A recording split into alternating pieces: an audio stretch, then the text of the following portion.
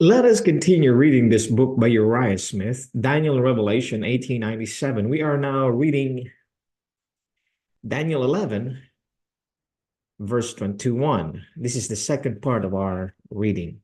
Our Father in heaven, may your spirit continue to comfort and guide us to all truth. I pray in the name of your Son, Jesus Christ. Amen. Uriah Smith continues to comment on this reading on Daniel 11:21 in this paragraph, page 241, the third paragraph. Dissimulation on his part, flattery on the part of the servile Senate, and a possession of the kingdom without opposition. Such were the circumstances attending his accession to the throne, and such were the circumstances for which the prophecy called.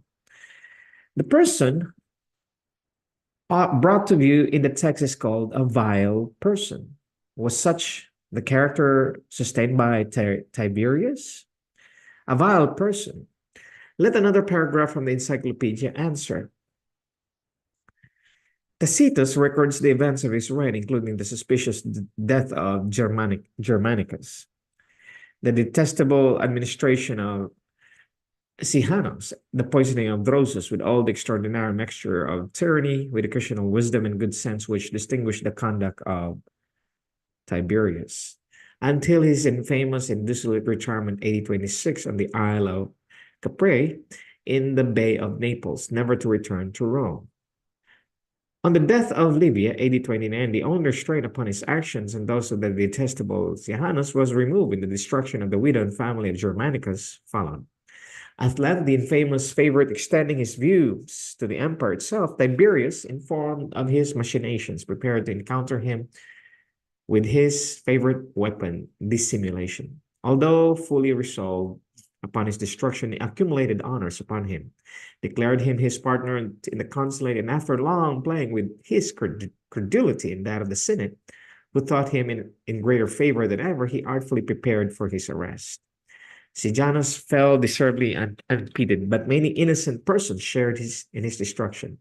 In consequence of the suspicion and cruelty of Tiberius, which now exceeded all limits, the remainder of the reign of this tyrant is little more than a disgusting narrative of servility on the one hand and of despotic ferocity on the other.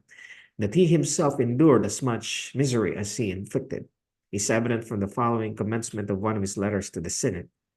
What I shall write to you, conscript fathers, and what I shall not write, why I should write at all.